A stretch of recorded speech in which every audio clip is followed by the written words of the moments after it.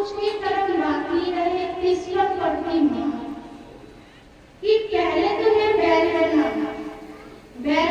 हल में जुटा और ले गाड़ी में बीनी, फिर तेली के मैं कोलू में पिरा, फिर उन्हें घेर कसाई दीनी, फिर उन्हें घेर कसाई मांस कटा पोती कटी नगरन बड़ी निकाल और मेरे कुछ कर्म बाकी रह गए थे तो ईश्वर पड़ती मेरी माँ कि मैंने अपने जीवन में कुछ जाना ही नहीं, बस मोह ममता प्यार, कोई सत्संग नहीं, कोई ज्ञान नहीं, सिर्फ आज मुझे ये बैल बनना पड़ा।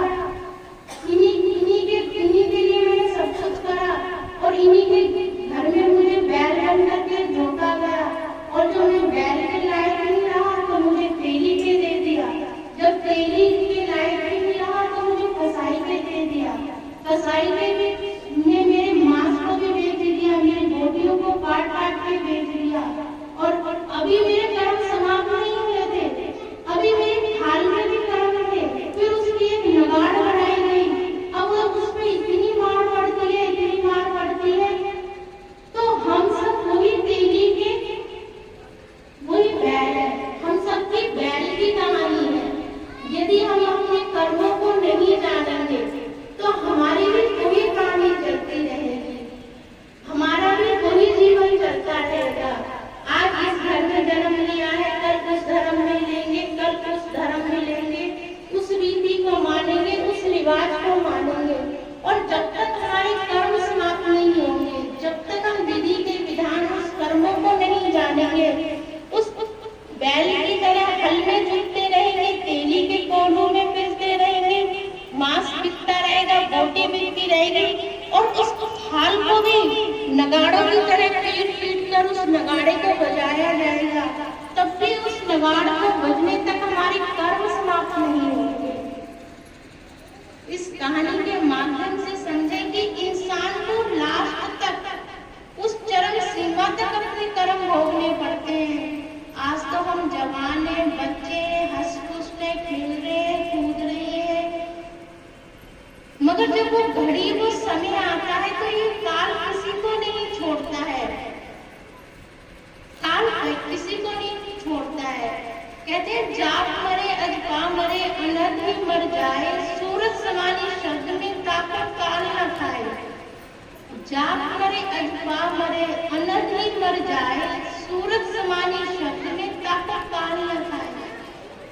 इस सिर्फ उसी व्यक्ति को काल के जाल से छुटकारा मिलेगा जो परमात्मा के स्वरूप को अपने अंतर में जाना पड़ेगा।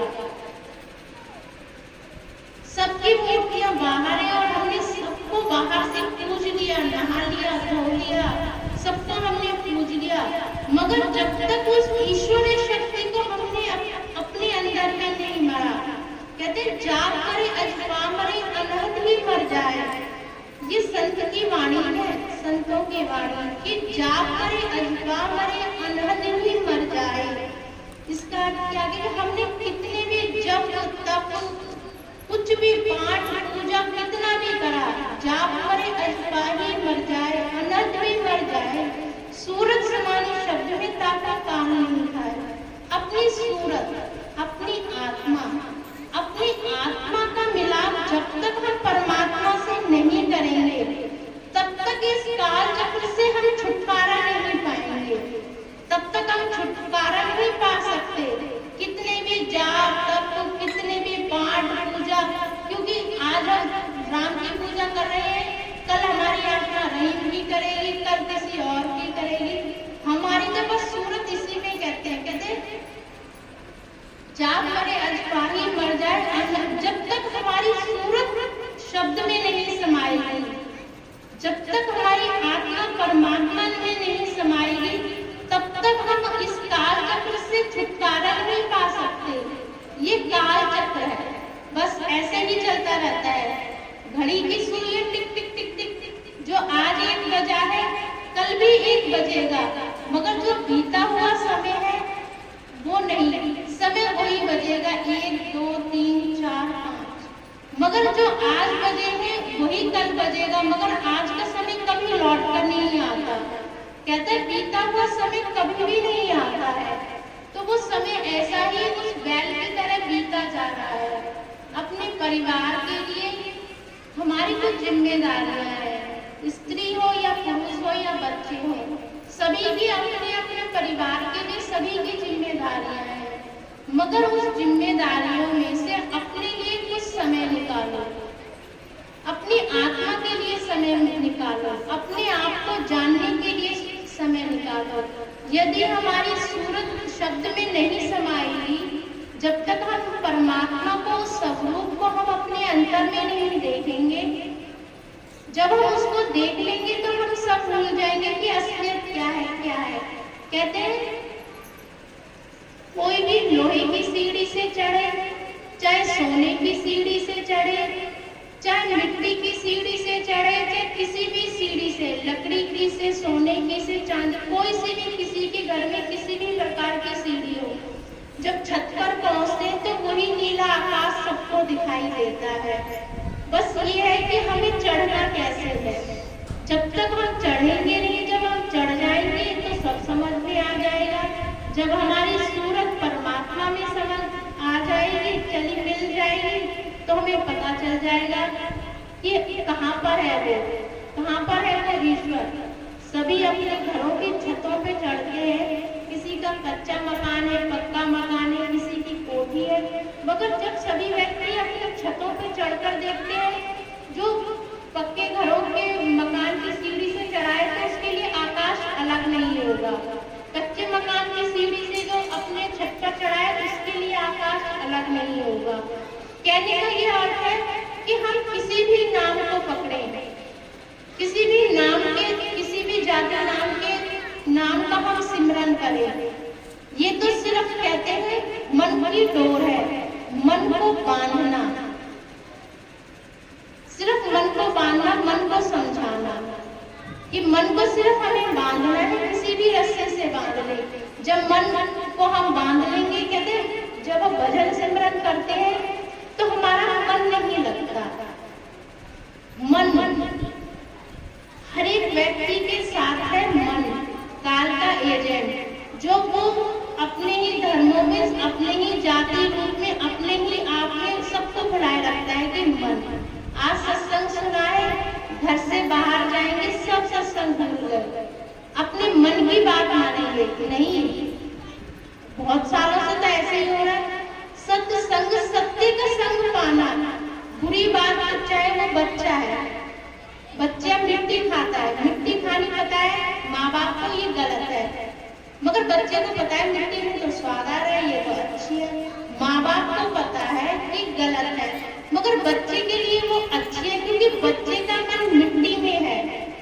तो हम भी उस छोटे बच्चे की तरह है, हमारा मन जो कहता है वही हम सत्य मानते हैं, मगर कभी हम अपनी आत्मा की भी बात माने कि आत्मा क्या कहती है, आत्मा की भूख क्या है। आत्मा की भूख है वो भजन सिमरन, वो भजन अभ्यास। जब हम उस भजन अभ्यास को करेंगे तो परमात्मा की जब ईश्वरी शक्ति से हम जुड़ेंगे तब हम जानेंगे। किसी भी मकान की छत पर हम जाएंगे, उस नीला आकाश में सबको दिखाई देगा, कोठी वाले को कुछ और नहीं, और गरीब जिसकी भी झोपड़ी है वो अपनी छत पर चढ़ेगा तो उसके लिए, सबके लिए आकाश एक है। तो परमात्मा सबके लिए एक है, सबके लिए परमात्मा एक है। सिर्फ चढ़ने की, चढ़ाने की, हम कौन से नाम से चढ़ना चाहते हैं, मन को समझाना है। मन को अपने काबू में रखो। मन एक बच्चा है जिसको हमें सिर्फ प्यार से काबू में कर सकते हैं। आज हम 5 मिनट बैठते हैं, कल हम 10 मिनट बैठेंगे, कल हम 20 मिनट बैठेंगे, फिर ये मन कहेगा कि नहीं 20 मिनट तो बहुत ज्यादा हो, फिर 5 मिनट। तो मन को तो हमें उस छोटे बच्चे की तरह बहलाना होगा और कहना होगा कि तुझे भजन सिमरन करना है। जब कहते हैं ना कि हम क्या मन के कहने में चल रहे हैं, मन हमारे कहने में नहीं चल रहा है। जब हम इसको अपने कहने पे चलाएंगे कि नहीं आज हम सुबह उठकर भजन करना है, आज नहीं मानेगा, कल नहीं मानेगा, परसों नहीं मानेगा, मगर जब हम डेली कहेंगे तो ये अपने आप मान जाएगा, अपने आप भजन सिमरन करने लगेगा। फिर हम इसके कहने पे नहीं, ये हमारे कहने पर चलेगा। अभी कहते हैं मन नहीं मानता है, फिर कहते हैं कि मन तो मानने लग गया है, तो मन को तो हमें मनाना होगा। बच्चे को मिट्टी खाना अच्छा लगता है, ऐसे ही मन को भजन सिमरन करना अच्छा नहीं लगता है, मगर जिस प्रकार बच्चे को धीरे धीरे समझाया जाता है उसी प्रकार इस मन को हमें समझाना है। मन भी छोटा बच्चा है जिसे हम समझा करके भजन सिमरन करके अब उस धूर्धाम, उस ईश्वरीय शक्ति, उस सूरज की रोशनी किसी भी रूप में, अभी सत्संग में बहुत ही अर्थों में परमात्मा के बारे में समझाया गया है। तो हमें परमात्मा को जानना है, पहचानना है, उस ईश्वरीय शक्ति को अपने अंदर में देखना है। उसका सिर्फ एक ही माध्यम है, पांचों इंद्रियों को अपने काबू में करो। पांच इंद्रियां कौन सी? जिसने भी दीक्षा ली है, जो भी भजन सिमरन करता है, वो इस चीज को जानता है कि पांच इंद्रियों को काबू में करना है और भजन अभ्यास में बैठना है। कहते हैं बहुत से लोग माला जपते हैं, किसी की निंदा या किसी का क्रोध या किसी के दिल को ठेस नहीं पहुंचाना है, सिर्फ सही और गलत के पर आजकल सब ही कर सकते हैं, सिर्फ उस फर्क को बताना है। मन की स्थिति को बता रही हूँ कि हम जब माला जपते हैं, हमने एक बार जपी, दो बार जपी, तीन बार जपी, तो हमारा मन कहाँ गया? उस माला जपने में एक बार, दो बार, तीन बार मन कहाँ गया? माला जपने में। ईश्वर को तो वो भूल गया। हम तो माला जपने में एक बार जपी, दो बार जपी, हमारा मन कहाँ गया? माला जपने में एक बार जपी, चार बार जपी, तो मन तो कहाँ गया? माला जपने में। और मन को हमें क्या ले जाना है? अंदर। माला जपने में अंदर कैसे ले जाएंगे? पांचों इंद्रियों को अपने काबू में करो। कौन सी? देखने की।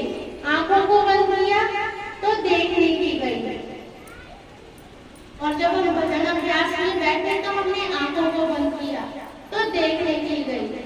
जब हम शांत जगह पर बैठे हैं तो सुनने की गई, जब हम शांत जगह पर बैठे हैं। और जब कोई हमने धूपबत्ती अगरबत्ती नहीं जलाई है तो हमने सुनने की इंद्री को अपने काबू में करा है। फिर चौथी, जब हमारा मुंह बंद है तो वो चखने की इंद्री हमने काबू में करी। हम किसी के स्पर्श में नहीं है, कोई चीज हमारे स्पर्श में नहीं है, ना कोई माला हमारे हाथ में, कोई चीज नहीं है, किसी चीज को हम स्पर्श नहीं कर रहे हैं और कोई चीज हमसे स्पर्श नहीं कर रही है, तो स्पर्श करने की इंद्री हमने अपने काबू में करी। तो ये पांच इंद्रियां हो गई जो हमने अपने अंदर में काबू में करी। जब हम इन पांचों इंद्रियों को काबू में करके भजन अभ्यास करते हैं, तब हमारा ये भजन अभ्यास धीरे एकदम तो नहीं। बच्चे को आज स्कूल में डाला है, उसको डिग्री में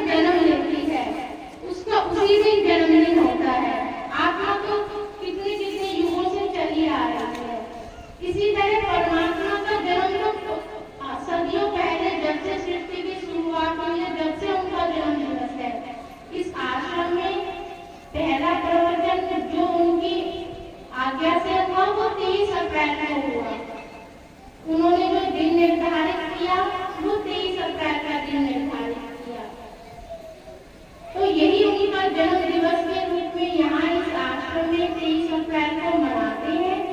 आज राधा स्वामी का वही दिवस है, परमात्मा का वही दिन है।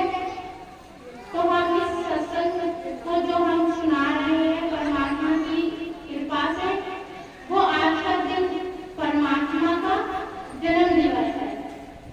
तो सभी को परमात्मा के जन्म दिवस की हार्दिक हार्दिक शुभकामनाएं। सभी को परमात्मा का बहुत बहुत आशीर्वाद। सभी अपने जीवन में बहुत कुछ अच्छा करें, अच्छी बातों को